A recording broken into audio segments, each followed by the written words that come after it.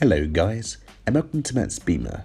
Today's video is about changing the front discs and pads on a BMW F20 F21 1 Series with the standard brakes, not the M-Tech brakes.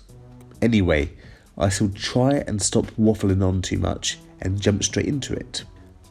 These are the parts that were required for changing the front brakes and discs. The front pads, the front discs, one new brake wear sensor, 4 new bolts to hold down the caliper carriers in place, 2 new hex bolts for keeping the discs in place, and 2 new retaining springs. The first step, chock the rear wheels and apply the handbrake. If you have a manual transmission, it'd be worth putting it into gear 2. Now loosen the wheel nuts, but do not remove. Now it's time to jack up the car. I had to put some wood under the front wheels to help raise it a little bit, to help get my jack under the car enough. The jack needs to reach this area here. Do not jack it up anywhere else on this cover, otherwise you will break something and you will probably cry. With the jack high enough, slide the jack stands under the front side jacking points, just here. Slowly lower the jack, making sure the jacking stands are aligned up properly, and let them take the weight of the front end. For extra safety, you can leave the jack in place for backup. Test to see if the car is firmly in place by trying to shake the vehicle. If you are sure it is all safe, remove the front wheels and put them underneath the car. This is another backup safety measure, just in case something should fail. With the wheel off, you can now see the discs and pads. I am showing you how to change the brakes on the left hand side of the vehicle, as it has a brake wear sensor. This car only has 2 wear sensors in total, one up front and one up the rear. How to disconnect the front wear sensor. Open up this little plastic cupboard and you will see 2 plugs inside. You will need to disconnect the plug that goes all the way to the brake pad, as this is the brake sensor wire. Now remember the route of where the wire goes before disconnecting it from the clamps.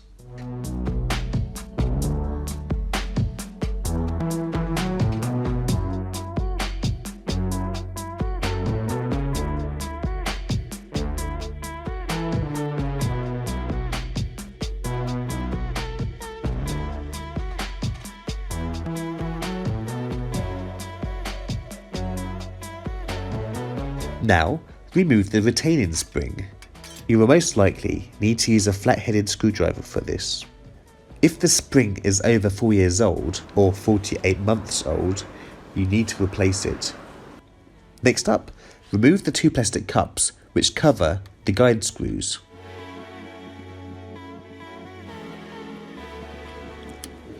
Now, use a size 8 Allen key to remove the 2 guide screws. They can get stuck, so they will need some coaching out to help them out of the rubber bushing, if that's what you call them. With the guide screws removed, you can remove the caliper. It may take a lot of prying and a muscle to remove it. When you do remove it though, you can tie it up out of the way, or maybe use a cable tie. You can use whatever you want, just so you don't put stress on the brake line. I put mine on a nice big piece of wood. Next, remove the brake pad, which is most likely still stuck in the caliper carrier. With that pad moved out the way, you can now undo these 2 large bolts here. These 2 bolts, when removed, allow you to remove the caliper carrier. BMW strongly recommends that you replace these bolts. Now, remove the caliper carrier. Then it's all clear for you to start removing the disc. To remove the disc, you need to start removing the inner hex bolt, which holds the disc into place. I had to use my knee to stop the disc spinning while trying to undo this hex bolt. Make sure that you do not round out this hex bolt. It is also recommended that you replace them for brand new ones. With the inner hex bolt removed, you can now remove the disc. It may need a bit of persuasion, as there is a high chance it is rusted onto the hub. When you finally remove the disc, you will then see the hub. It is very important to clean the hub face to remove the corrosion. This hub face needs to be flat and smooth. If it's not, it can cause unevenness, which can distort the disc in future. I covered the hub in anti-seize to reduce the chances of it getting stuck again. Before installing the new vented disc, make sure that you clean the new disc thoroughly with brake cleaner, as it has a protective coating which they use to stop it rusting in the box. When installing, line up the small hole on the disc with the small hole on the hub and insert a new hex bolt. It only needs to be torqued down to 16 Nm of torque. Basically, don't do it up too tight. What I did next was clean up my caliper carrier. BMW says to avoid mechanical cleaning and to use just brake cleaner if possible. I decided to use a wire brush and sandpaper to clean mine though, in the areas where the pads sit, to give it a smoother finish. Remember, it's up to you if you do this too. Now, you will need to push the piston back into the caliper itself to help you put the caliper and pads over the new brake discs. The brake reservoir is under this cover here. You will need to undo these 10mm bolts to help you remove the cover. When you can see the brake reservoir, clean around the cap before loosening it. I also recommend that you put tissue around the cap, because when you push the brake caliper in, the brake fluid will go up, and if the brake fluid goes up, there's a chance it may overflow out of the reservoir, and brake fluid is extremely bad for paint, so protect your paint. I used this special tool here to help me push the piston back into its place. So, when you want to push the piston back in, it's best to leave the brake pad in, which covers the piston. You will see why in this clip. When winding the tool in, the tool pushes against the pad, which pushes the piston back in to a certain level. Also, having the brake pad in stops you tightening it up too much. If you tighten up the piston too much, there's a chance it will go too far in, and that could be a disaster. With the disc gone and the caliper carrier cleaned up, you can now put the caliper carrier back on. It seems that my replacement bolts from BMW have changed, as they have a different end to them. I torqued mine down to 110 Nm of torque, using an E16 socket. I would personally check the torque for your car on the NEWTIS website. I'll put a link down below. Never fully rely on YouTube videos.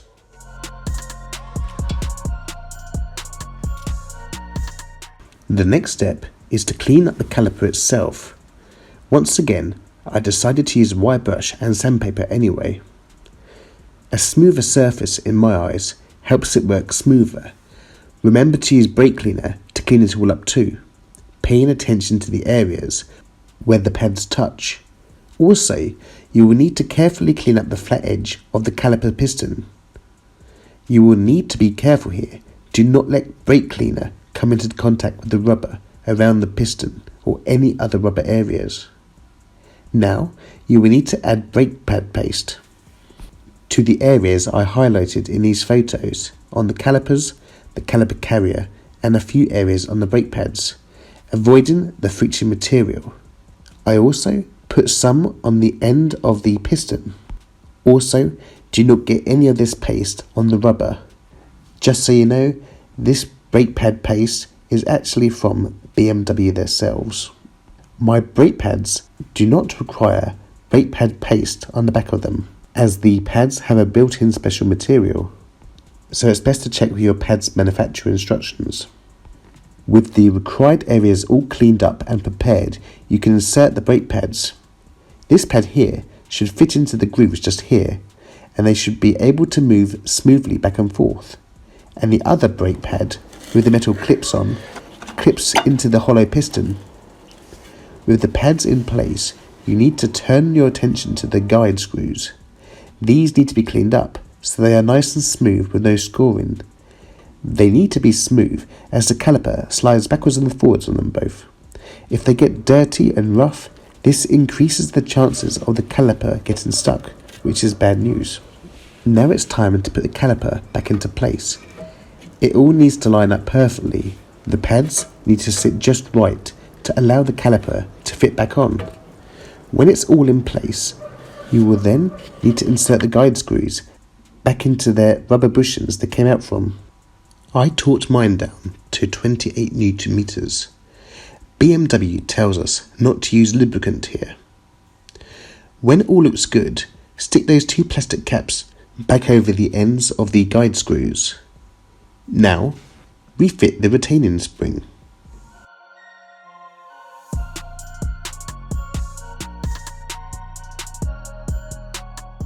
Before I forget, don't forget to fit new brake pad wear sensor. This end clips into the brake pad itself, making sure you hear a click, paying attention to the lump just here. This needs to be aiming towards the disc, as it is the lump that tells the car when the pads are wearing out.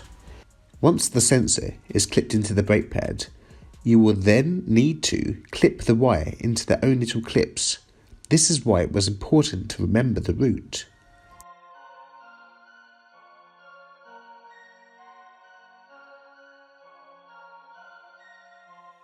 The plug end of the wire will only fit one way into the socket. Make sure there is a click there too. When it's all connected, you will then need to put the plug end back into the black plastic cupboard and close the door. Now you can put the wheel back onto the car, then lower the car down, remembering to remove the jack stands. When the car is on the ground, you will need to torque the wheels down to 140 Newton meters. With the wheels tightened up, put the cap back on the brake fluid reservoir, then pump the brake pedal a few times. It's extremely important that you do this procedure, otherwise when you drive the car, the brakes won't work for the first few pushes of the pedal. Now that the brake pedal has hardened, you will then need to check the brake fluid level. There is a chance that it will be over the max line. If it is, you will need to remove some of the excess fluid. I had to use a syringe to help me remove the excess fluid. How to reset the computer. The last step before test driving is to reset the computer so it knows the job has been done. It won't work if an old sensor has been reused. First of all, turn the ignition on. Then push and hold down the trip reset button until it comes up with a list of possible resets. As you can see, I need to change my brake fluid soon, but I also need to reset my front brakes. So what I had to do next was push the trip reset button again until I saw my front brake reset symbol come up. Now all I have to do is push and hold down the trip reset button until it says reset in progress. If everything is okay, it will say reset successful, and it will tell you that your next brake job for the front will be in 45,000 kilometers. My next DIY video will be replacing my brake fluid. With everything all sorted and tightened up, you can then take it for a test drive. When you change both pads and discs, the brakes will feel awful at first, as basically the pads need to bed themselves into the discs. So give yourself plenty of room for braking, as you do not want to rear end anything. Also, do not go slamming on your brakes all the time to bed them in quicker, unless you have to stop in emergency. Just drive sensibly. I hope this vehicle was of some use to you. I strongly recommend that you check the website down below called NEWTIS. This is to make sure the torque requirements are accurate. This website tells you how to fix every single BMW, but you will need knowledge of how to fix the car in the first place. As for some people, it may be too vague. Thank you so much and have a nice weekend. Take care and goodbye.